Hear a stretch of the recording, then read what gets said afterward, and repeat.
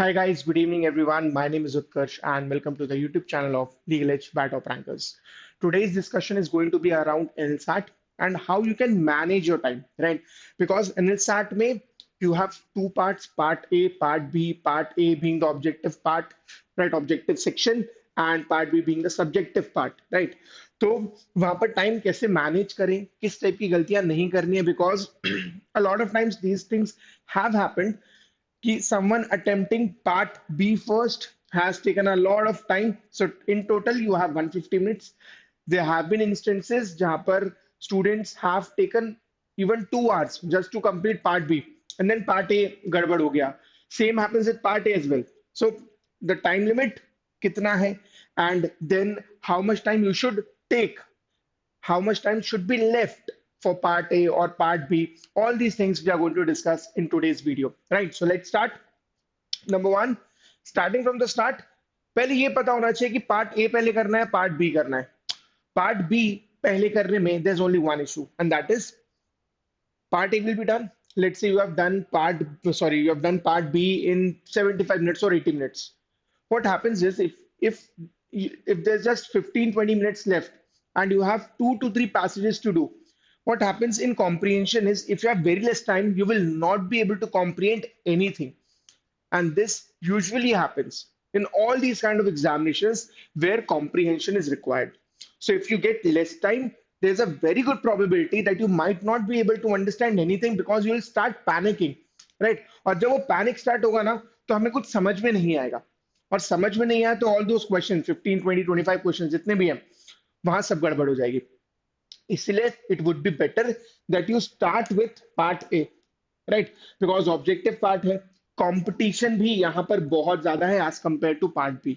This is a fact. Part A में बहुत competition है, पार्ट कम में थोड़ा सा कम हो जाता है, इसलिए उसको और बेटर करना है. इसलिए स्टार्ट विथ पार्ट ए. यहाँ पर अगर पैनिक करना चालू है there is a very good chance that you might not be able to attempt it, or even if you attempt it you might do it incorrectly.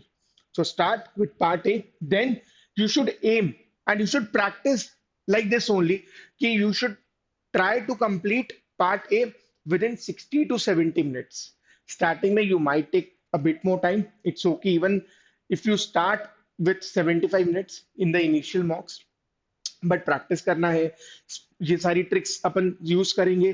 कोशिश करना है कि हम वो 60 से 65 मिनट्स में आ जाए जब हम एग्जाम तक पहुंचे, राइट? बिकॉज पार्ट ए जितने जल्दी कर लोगे उतना ज्यादा टाइम पार्ट बी को मिलेगा, and part B being the subjective part वहां पे थोड़ा सा एक्स्ट्रा टाइम लग जाता है, and it will be better if you have that extra time, right? Time थोड़ा सा ज्यादा मिल गया बुरा नहीं मानोगे, लेकिन अगर कम हो गया then there is a chance कि वहां पर फिर फंबल होने लगे, वहां पे दिक्कत होने लगे. तो वी हैव टू ट्राई कि पार्ट ए हम बहुत स्पीड में करें, right?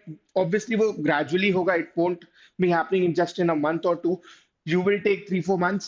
You will practice a lot of mocks. You will be doing a lot of practicing of questions, जिससे फिर ये स्पीड आने लगेगी, एक्यूरेसी आने लगेगी. बिकॉज स्पीड इंपॉर्टेंट है उतना ही इंपॉर्टेंट एक्यूरेसी भी है. तो इन सारी चीजों को हमें ध्यान रखना है एंड प्रैक्टिस के साथ ही होने लगेगा. This will help you for your speed reading plus accuracy. Genre wise reading करना चालू करो, राइट? तो इंग्लिश और सीआर के पैसेजेस बहुत सारे आते हैं इन एनएलसैट.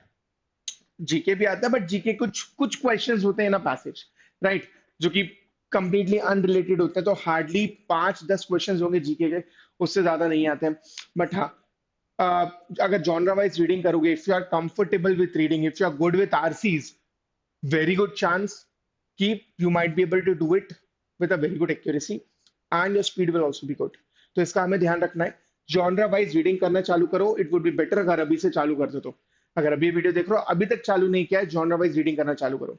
भले वो साइंस एंड टेक हो, इकोनॉमी हो, लिटरेचर हो, यू नेवर नो कि किस टाइप के पैसेज आ जाएगा, right? So practice all kind of genres, start reading all kind of genres. Not necessary that you have to read books, right? Because books, the issue with books is एक particular topic पे होगा, 200, 300, 400 pages की होगी, but in your examination passage won't be of more than 500, 600 words, right? तो इतना ज्यादा depth में एक टॉपिक में पढ़ना won't be that much relevant. Instead of that, what you can do is वो 400 to 800 वर्ड्स के आर्टिकल्स पढ़ो, मल्टीपल आर्टिकल्स पढ़ो, राइट? उसकी प्रैक्टिस होने लगेगी, उसमें कॉन्फिडेंस आने लगेगा, बात बन जाएगी. ठीक है? तो with this you can do it, right? The next is do not juggle between the passages because this is one of the mistakes which a lot of students do कि जब आप पैसेज जगल करने लगते हो ना you will never get to know कि कितना time लगा और कितना टाइम बचा. So let's say I've started doing first passage. I've done 2 to 3 questions. अब मुझे लग रहा है कि मुझसे नहीं हो रहा. अब मैं second passage में चला गया. I've done 3 4 questions. अब मुझे लग रहा है मुझसे नहीं होगा. थोड़ा टाइम ज्यादा लग रहा है. मैं थर्ड में चला गया. अब इस तरीके से तुम्हें कभी समझ में नहीं आएगा कि यार एक पैसेज को कितना टाइम दिया मैंने, which will eventually lead to a lot of questions being left या लास्ट में पैनिक. तो मेक श्योर कि पूरा पैसेज एक बार में करो. इट शुडेंट हैपन कि let's say if there 10 questions in a passage, 8 to 10 questions आते हैं, 10 क्वेश्चंस का पैसेज है, so I have done only 5 questions और 6 questions, right. There is a chance that you might not be able to 1 or 2 questions, that's fine, but it should not be more than 30-40%, because फिर अगर left questions का percentage ज्यादा है तो फिर problem हो जाएगी, राइट. बिकॉज एंड में you will not get a lot of time to come back and solve all the questions again, right. तो ये मान के चलना कि ऐसा हो सकता है कि once I have left the question I might not be able to come back again. There is a chance, ठीक है. इसलिए बहुत सारे क्वेश्चंस नहीं छोड़ने हमें एंड बहुत ज्यादा जगल नहीं करना है पैसेजेस के बीच में. रीडिंग कॉम्प्रिहेंशन की प्रैक्टिस, तो genre wise reading is very important. Then your reading comprehension का practice. So try to practice 6-7 passages in a week. बहुत डिफिकल्ट नहीं है, आराम से कर सकते हो, राइट. एक असाइनमेंट उठाओ, देयर विल बी 4 to 5 पैसेजेस. 2 असाइनमेंट कर लिए तुमने वीक में, मोर देन सफिशिएंट है, राइट. जस्ट ट्राई कि वो अलग अलग जॉनरास के. वो usually what happens is I might be very good or very comfortable in economics or economic articles, and I'm just doing those kind of articles. Right. अब problem is जो मुझे अच्छा लग रहा है मैं वही कर रहा हूँ. I might not B improving, right. तो अगर मेरा पंगा साइंस एंड टेक में है तो मुझे साइंस एंड टेक के पैसेजेस करने चाहिए, वहां के आर्ट्स प्रैक्टिस करने चाहिए. Because ultimately it's all about speed and accuracy. जो मुझे आता है वो तो मुझे आता ही है. जहां पर मैं फंस रहा हूँ, जहां पर मेरी स्पीड कम है, I have to practice those questions more, I have to practice those passages more, right. So take care of this. You have to take regular mocks, right. क्या होगा eventually after 4 5 mocks, 5 6 mocks, maybe 1 or 2 months from now वो practice होने लगेगी, right. कि and this is mandatory, this is non-negotiable. Do not miss any of the mocks because this examination, so there are a lot of examinations when it comes to 3A category, 3LB category, but trust me this examination is going to challenge you time wise as well, ठीक है. तो बहुत सारे examination है 3 year में, जैसे एमएचसीटी हो गया या सीयूटी हो गया, वहां पे टाइम का पंगा नहीं होगा. इट वोंट बी लाइक कि I have very less time, I am not able to complete the questions. इसके चांसेस बहुत कम है, बट एनएलसैट में इसके होने के बहुत चांसेस है. बिकॉज रीडिंग प्रैक्टिस है, राइट. हैंड राइटिंग भी उतनी ही इंपॉर्टेंट है. तो सारी चीजों का आपको ध्यान रखना है, ठीक है. एंड क्वेश्चन सॉल्विंग ऑब्वियसली वहां पर ही, ऐसे भी लिखना है एनालिटिकल वाला, राइट. तो बहुत सारी चीजें, कॉम्प्रिहेंशन आना चाहिए, वो जो केस स्टडी आएगी उसको कॉम्प्रिहेंड करना, आंसर बनाना, आर्ग्यूमेंट्स बनाना, conclusion, everything. This will take time, practice चाहिए और वो मॉक में ही मिलेगी, ठीक है. बिकॉज आप उस सिचुएशन में जाओगे, you will be sitting straight for 2.5 hours, which might not be happening right now. And honestly, you also know this, right? You haven't studied for 2 3 hours continuously, and even writing as well, right. तो 2.5 घंटा 2.5 hours लगातार question solve करना, वो answers लिखना, वो long answers लिखना, I don't think a lot of you have this practice, specially जब दोनों का मिक्स है कि ऑब्जेक्टिव भी अच्छा खासा पोर्शन है एंड देन सब्जेक्टिव भी है, right. Just take care of this and इस पे ध्यान देना. Yes, do attempt the PYQs. Now PYQs is to understand the paper. उसमें उसके बेस पे खुद को इवैल्यूएट नहीं करना है कि मैंने कितना अच्छा या कितना बुरा किया. तो when you are doing PYPs या पीवाईक्यूज, उसका पर्पस है first to understand the paper and बस थोड़ा सा देखना कि क्या मैं स्पीड में कर पा रहा हूँ कि नहीं कर पा रहा, right. Until you haven't solve it already. अगर एक बार सॉल्व कर लिया है अब जरूरत नहीं है, बट अगर अभी तक सॉल्व नहीं किया है, वेरी गुड. 22 से 25 तक का you can solve the papers, right. पता चलेगा कितना टाइम लग रहा है एक्चुअल में. एंड मोर और लेस डिफिकल्टी लेवल उतना ही रहा है, तो कुछ ऐसा नहीं है कि बहुत इजी से बहुत डिफिकल्ट हो गया है, ऐसा नहीं रहा. मोर और सेम डिफिकल्टी लेवल का रहा है, स्टैंडर्ड डिफिकल्टी लेवल रहा है, तो एक अच्छी बात है. थोड़ा सा आइडिया लगेगा and you will get to know कि कहाँ पर थोड़ा ज्यादा प्रॉब्लम फेस कर रहे हो, जिसका तुम्हें ध्यान रखना है, ठीक है. करंट अफेयर्स इंपॉर्टेंट नहीं है, but the comprehension part is important, right.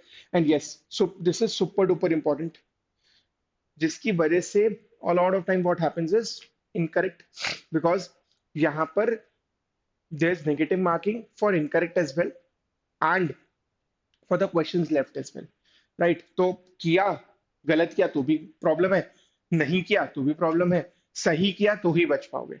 तो क्वेश्चंस तो करना है, but you also have to understand at times that it is not necessary कि मुझे हर क्वेश्चन हर हालत में करना ही करना है, because what will happen in that cases, once you are stuck in a question, there is a chance that it might take 3 minutes or 4 minutes because you're not able to comprehend it.